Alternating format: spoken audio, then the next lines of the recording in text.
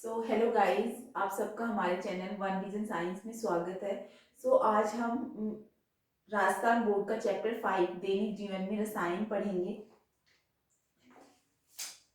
तो ये राजस्थान बोर्ड का चैप्टर नंबर 5 है, दैनिक जीवन में रसायन। इसका फर्स्ट टॉपिक था अम्ल, क्षार और लवण। तो ये हमने पढ़ लिया पहले कि अम्ल क्या होते हैं, क्षार क्या होते हैं और लवण क्या होते हैं। आज हम पढ़ेंगे कि अम्लों और क्षारों के लिए क्या क्या अवधारणाएं दी है वैज्ञानिकों ने। तो अम्ल और क्षारकों की अवधारणाएं या संकल्पनाएं।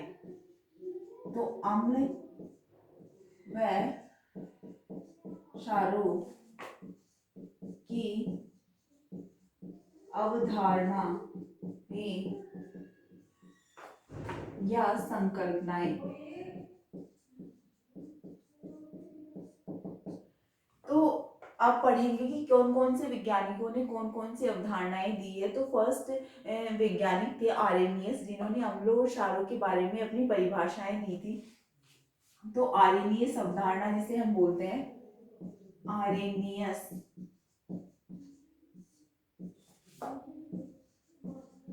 आर्रेनियस अवधारणा।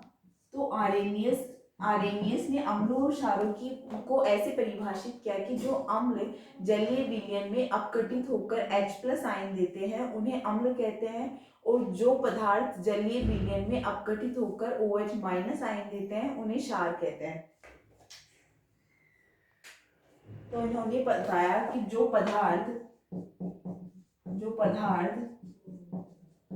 जलीय विलयन में अपघटित होकर H+ आयन देते हैं उन्हें अम्ल कहते हैं। और इन्होंने ही बताया कि जो पदार्थ जलीय विलयन में अपघटित होकर OH- आयन देते हैं उन्हें क्षार कहते हैं। जो पदार्थ जलीय विलयन में अपघटित होकर OH- आयन देते हैं उन्हें क्षार कहते हैं। तो अब हम उदाहरण लेते हैं कि कौन कौन से अम्ल है जो जलीय विलयन में अपघटित होकर H+ आयन देते हैं। तो पहले हम अम्लों के उदाहरण देख लेते हैं। तो अम्लों के उदाहरण लेते हैं, जैसे हाइड्रोक्लोरिक अम्ल HCl, इसे बोलते हैं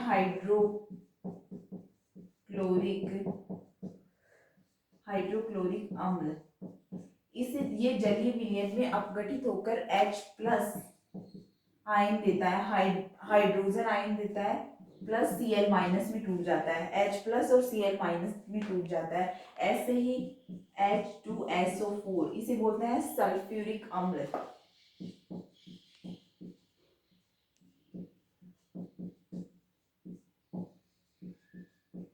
सल्फ्यूरिक अम्ल को जैसे ही जलीय विलयन में अपघटित होता है तो ये देता है H+ SO4 2-, H+ HSO4-, ये देता है H++ HSO4- आयन।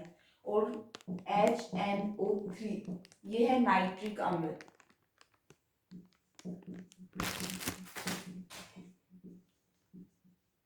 नाइट्रिक अम्ल ये जलीय विलयन में अपघटित होकर H++ HNO3- आयन देता है।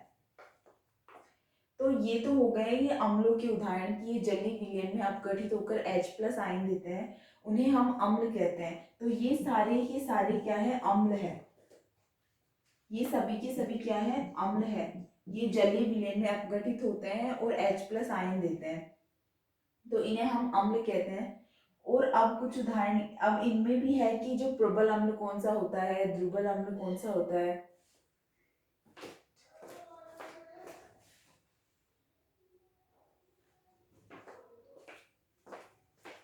तो इनमें भी है कि ये सब जो जलीय विलयन में H प्लस आयन देते हैं उन्हें हम अम्ल कहते हैं। तो इनमें भी ऐसा होता है कि प्रबल अम्ल कौन सा होता है, दुर्बल अम्ल कौन सा होता है। तो अम्ल भी दो प्रकार के होते हैं, एक होता है प्रबल अम्ल।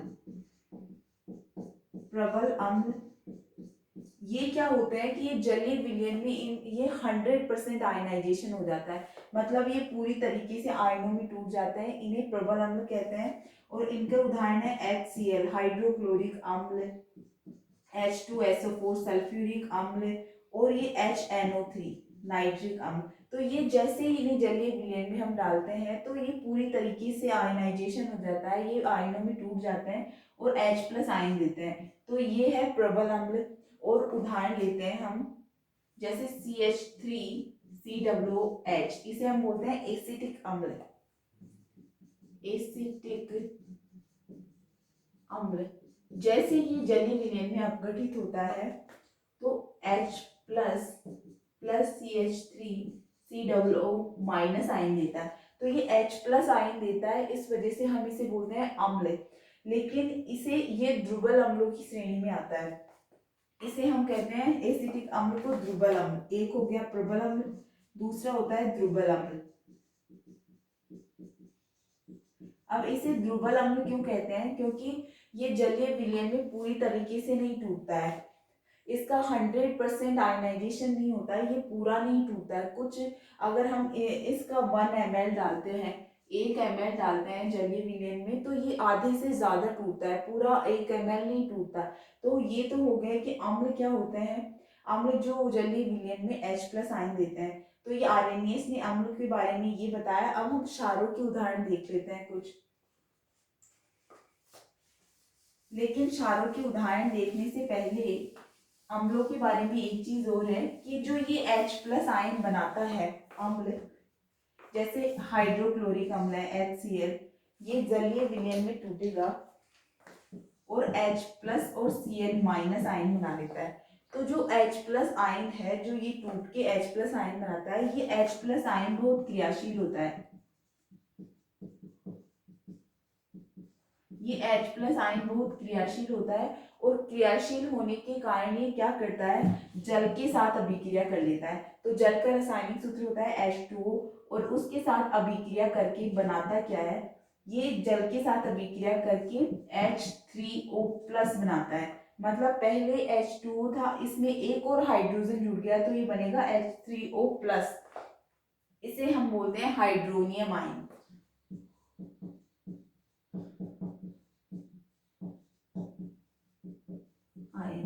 तो ये तो हो गया कि अम्ल कैसे जल के साथ, अम्ल का ये H प्लस आयन कैसे जल के साथ अभिक्रिया करके हाइड्रोनियम आयन बनाता है। अब हम देखते हैं क्षारों के उदाहरण कि क्षार कैसे जलीय विलयन में अपघटित होकर OH माइनस आयन देते हैं। तो क्षार के उदाहरण हम देखेंगे। क्षारों के उदाहरण जैसे KOH पोटेशियम हाइड्रोक्साइड हम इसे बोलते हैं, ये जैसे ही जलीय विलयन में अपघटित होता है K प्लस और OH माइनस आयन बनाता है। ऐसे ही NaOH, इसे हम बोलते हैं सोडियम हाइड्रोक्साइड, तो ये Na प्लस और OH माइनस आयन बनाता है। तो ये दोनों क्षार है, ये क्षार है क्योंकि ये जलीय विलयन में अपघटित होकर जलीय विलयन में OH माइनस आयन दे रहा है, क्योंकि ये जलीय विलयन में अपघटित होकर OH माइनस आयन दे रहे हैं। और जो जलीय विलयन में अपघटित होकर OH माइनस आयन देते हैं हम उन्हें कहते हैं क्षार, है ना। तो अब इन क्षारों में भी दो प्रकार के होते हैं कि प्रबल क्षार कौन से होते हैं और दुर्बल क्षार कौन कौन से होते हैं।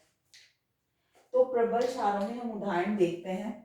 क्षार भी दो प्रकार के होते हैं, एक होता है प्रबल क्षार, प्रबल क्षार, और एक होता है दुर्बल क्षार। वैसे ही प्रबल क्षार जलीय विलयन में पूरी तरीके से टूट के OH माइनस और OH माइनस और पूरी धातु बनाते हैं, है ना। तो ये क्या करते हैं, ये जलीय विलयन में पूरी तरीके से टूटते हैं। मतलब 100 अगर हमने 1 ml डाला है क्षार का जलीय विलयन में, तो वो 1 ml पूरा का पूरा टूट जाएगा और OH माइनस बनाएगा। तो इन्हें प्रबल क्षारों के उदाहरण होंगे KOH और NaOH। ये दोनों प्रबल क्षार के उदाहरण है। ऐसे ही दुर्बल क्षार क्या होते हैं कि हमने जलीय विलयन में 1 ml डाला है दुर्बल क्षारों का, जैसे अमोनियम हाइड्रोक्साइड NH4OH उदाहरण लेंगे, है ना। तो जैसे NH4OH है, इसको जल में डालेंगे हम, इसका 1 ml, तो ये 1 ml पूरा का पूरा नहीं टूटेगा, इसका कुछ हिस्सा ही टूटेगा और कुछ हिस्सा ऐसे कैसे रहेगा अमोनियम हाइड्रोक्साइड के रूप में। तो पूरा नहीं टूटने की वजह से हम इन्हें कहते हैं दुर्बल क्षार। लेकिन जब ये टूटता है तो NH4+ और OH माइनस देता है, इस वजह से ये OH माइनस देता है, इस वजह से हम क्षार कहते हैं। लेकिन जब ये पूरा नहीं टूटता है तो हम इसे दुर्बल क्षार कहते हैं। तो ये तो आरेनियस ने कहा कि अम्ल तो जलीय विलयन में H+ आयन देते हैं और क्षार OH माइनस आयन देते हैं, और जो भी पदार्थ H+ और OH माइनस आयन देता है उन्हें हम अम्ल या क्षार कहते हैं। लेकिन जो एक और चीज आरेनियस ने बताई कि जो अम्ल का H+ है और क्षार का OH माइनस है, मतलब जो अम्ल से हमें H+ मिला और जो क्षार से हमें OH माइनस मिला, ये दोनों आपस में अभिक्रिया कर लेते हैं और जल बनाते हैं। तो जल अम्ल और क्षार आपस में अभिक्रिया करके, अम्ल व क्षार आपस में अभिक्रिया करके जल बनाते हैं, और ये अभिक्रिया क्या कहलाती है? उदासीनीकरण। और इस अभिक्रिया को हम कहते हैं उदासीनीकरण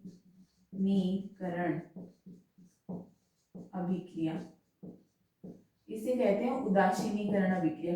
अब इसे हम उदासीनीकरण अभिक्रिया क्यों कहते हैं? क्योंकि ये अम्ल का H+ है, वो क्षार के OH माइनस से उदासीन हो जाता है, और जो क्षार का OH माइनस है वो अम्ल के H+ से उदासीन हो जाता है और उदासीन जल बनाता है, और साथ में ऊर्जा निकलती है। इस अभिक्रिया में साथ में ऊर्जा निकलती है, इस वजह से हम इसे ऊष्माक्षेपी अभिक्रिया भी कहते हैं।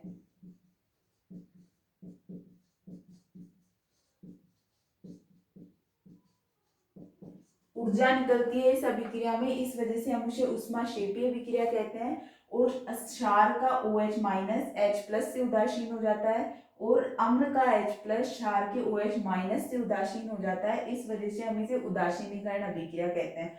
तो ये तो हो गई कि आरेनियस ने क्या बताया, अम्ल किसे कहते हैं, क्षार किसे कहते हैं। लेकिन ये आरेनियस की थ्योरी सिर्फ उन पे लागू हुई कि जैसे अम्ल थे जिनमें H+ था, जिन अम्लों में H+ था और जिन क्षार में, अम्ल में H+ था और क्षार में OH माइनस था, जिन अम्लों में H+ था और जिन क्षारों में OH माइनस आयन था, उन्हीं के लिए ये आरेनियस की अवधारणा लागू हुई। तो ऐसी मतलब ऐसे अम्ल और ऐसे क्षार भी मौजूद थे जिनके पास H+ आयन नहीं था और OH माइनस आयन नहीं था क्षारों के पास, और अम्लों के पास H+ आयन नहीं था। तो उनके लिए कैसे हम इस परिभाषा को लागू कर सकते हैं? तो उनके साथ ये परिभाषा नहीं बैठी जिन अम्लों के पास H+ नहीं था और जिन क्षारों के पास OH माइनस नहीं था। तो उनके लिए ये परिभाषा सही तरीके से लागू नहीं हुई, इस वजह से आरेनियस की अवधारणा के बाद एक और अवधारणा आई जिसने अम्लों और क्षारों की परिभाषाएं दी, उसे कहते हैं हम ब्रोंस्टेड-लोरी अवधारणा। उसे हम कहते हैं ब्रोंस्टेड-लोरी अवधारणा। तो एक तो हो गई कि आरेनियस की अवधारणा हमने पढ़ ली जिसने अम्लों और क्षारों की परिभाषा दी, और दूसरी अवधारणा है ब्रोंस्टेड-लोरी। ब्रोंस्टेड-लोरी ब्रोंस्टेड-लोरी अवधारणा। तो पहले तो कि हम इसे ब्रोंस्टेड-लोरी अवधारणा कहते क्यों है? क्योंकि ये अवधारणा जो दी थी वो एक वैज्ञानिक, जो रसायन शास्त्र के वैज्ञानिक थे, केमिस्ट्री के साइंटिस्ट थे, ब्रोंस्टेड ने, जिनका नाम है ब्रोंस्टेड जोहानसन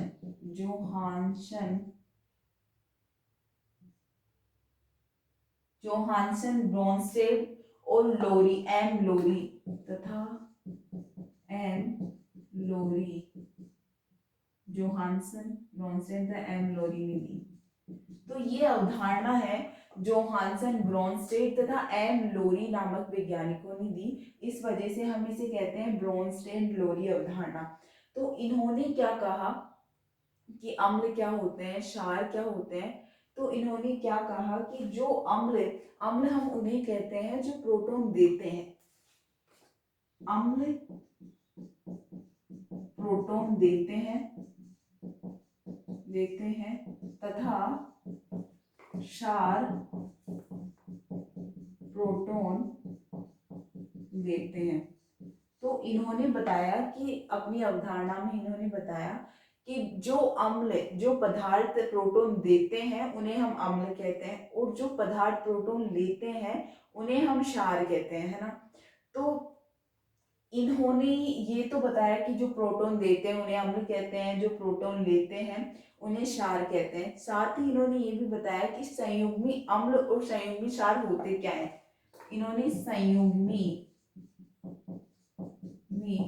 अम्ल तथा क्षारों की अवधारणा भी दी, तथा संयुग्मी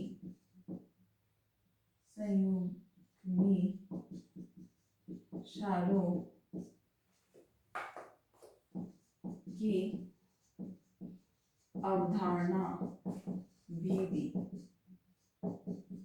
तो इन्होंने उदाहरण लेके मैं समझाती हूँ कि इन्होंने बताया, कहा क्या है एक्चुअली, कि जो HA है और B है, हमारे पास ये एक अभिकारक है और एक ये अभिकारक है। जब ये अभिक्रिया करता है तो ये A है, HA है, वो अपना प्रोटॉन दे देता है, और ये B है वो प्रोटॉन ले लेता है। तो ये प्रोटॉन H प्रोटॉन देगा तो ये B के साथ जुड़ेगा, तो ये देने के बाद बचेगा क्या, A बचेगा इसके अंदर, तो A minus plus BH plus बनाता है। तो अब इसमें हो क्या रहा है, कि ये HA है वो प्रोटॉन दे रहा है, तो ये HA है वो प्रोटॉन दे रहा है, देता है, और जो ये B है वो प्रोटॉन लेता है।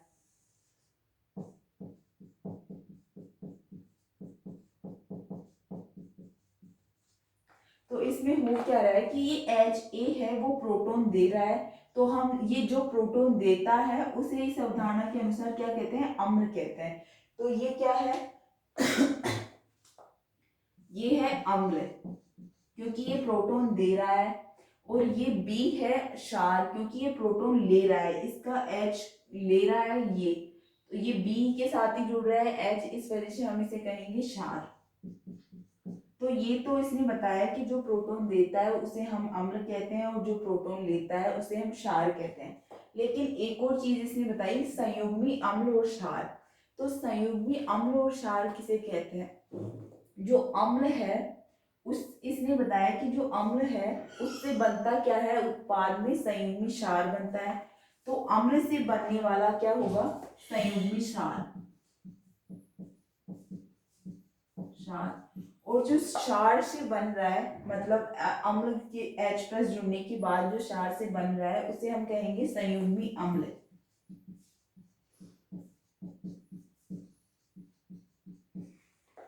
तो इसने बताया कि जो H प्लस देता है उसे हम अम्ल कहते हैं, जो H प्लस प्रोटॉन लेता है उसे हम क्षार कहते हैं, और जो अम्ल से बनता है उसे हम कहते हैं संयुग्मी क्षार, और जो क्षार से बनता है उसे हम कहते हैं संयुग्मी अम्ल। तो ये सब ये बताया ब्रोंस्टेड लोरी ने, ये संयुग्मी अम्ल क्या होते हैं, संयुग्मी क्षार क्या होते हैं, संयुग्मी अम्ल और क्षार क्या होते हैं, ये भी ब्रोंस्टेड लोरी ने बताया। अब हम एक उदाहरण और लेते हैं जिसमें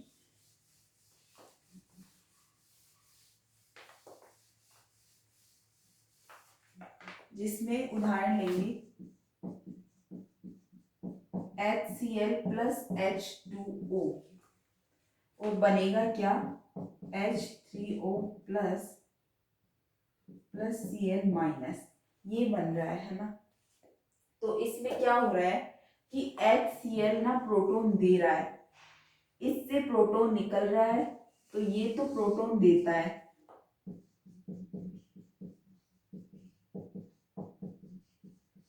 और जो H2O है हमारे पास जल है वो इसका H ले रहा है और बना क्या रहा है H3O प्लस, तो ये प्रोटॉन लेता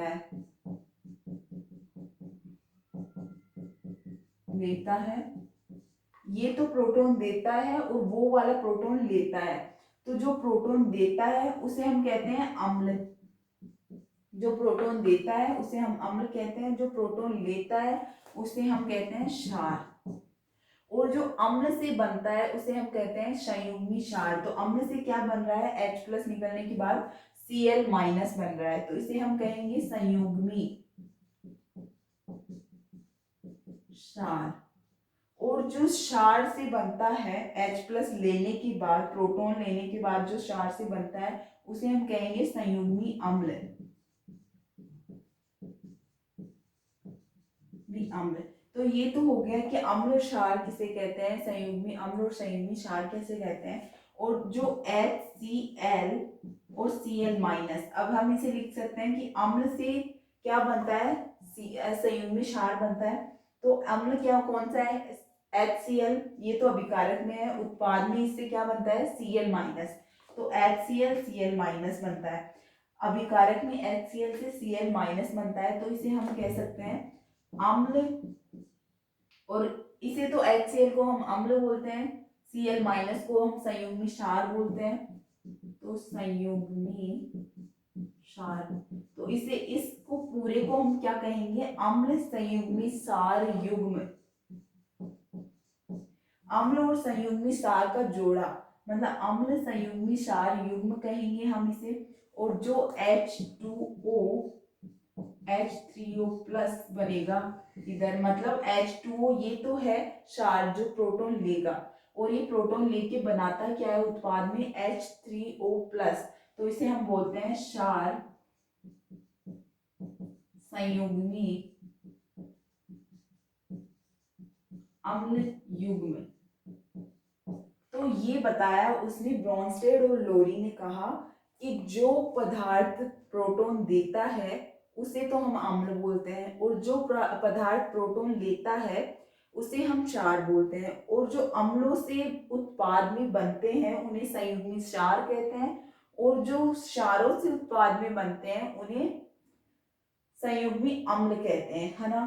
तो ये तो हो गए कि हम ब्रॉन्स्टेड और लोरी ने क्या बताया, लेकिन इसकी अवधारणा भी हम आगे इसकी इसकी अवधारणा भी पूरी सक्सेसफुल नहीं हुई, सफल नहीं हुई, क्योंकि इसके अलावा भी बहुत सारे अम्ल ऐसे थे जिनमें प्रोटॉन नहीं पाया जाता, मतलब बहुत से अम्ल के उदाहरण जैसे CO2, SO2, ये ऐसे अम्ल है जिनके अंदर प्रोटॉन नहीं पाया जाता, अप्रोटिक अम्ल।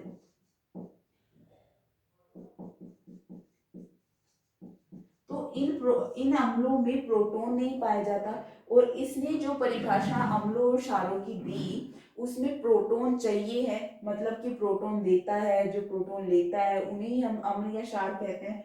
तो इसमें तो प्रोटॉन है ही नहीं, तो ये क्या देता है और क्या लेता है, तो हम इन दोनों अम्लों को इसके हिसाब से परिभाषित नहीं कर सकते, इसके हिसाब से नहीं बता सकते कि ये अम्ल है भी या नहीं, क्योंकि इससे तो पता ही नहीं चल रहा कि ये अम्ल है या क्षार।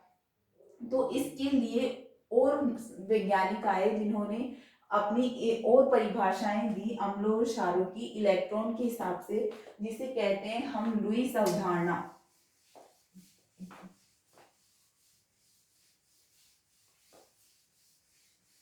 जिसे हम कहते हैं अम्लों और क्षारों की लुईस अवधारणा, अम्लों व क्षारों की लुईस अवधारणा। तो ये अवधारणा हम अपनी नेक्स्ट वीडियो में पढ़ेंगे। अगर आपको ये चैप्टर समझ में आ रहा है, पसंद आ रहा है, तो प्लीज कमेंट करके जरूर बताएं। Thank you for watching.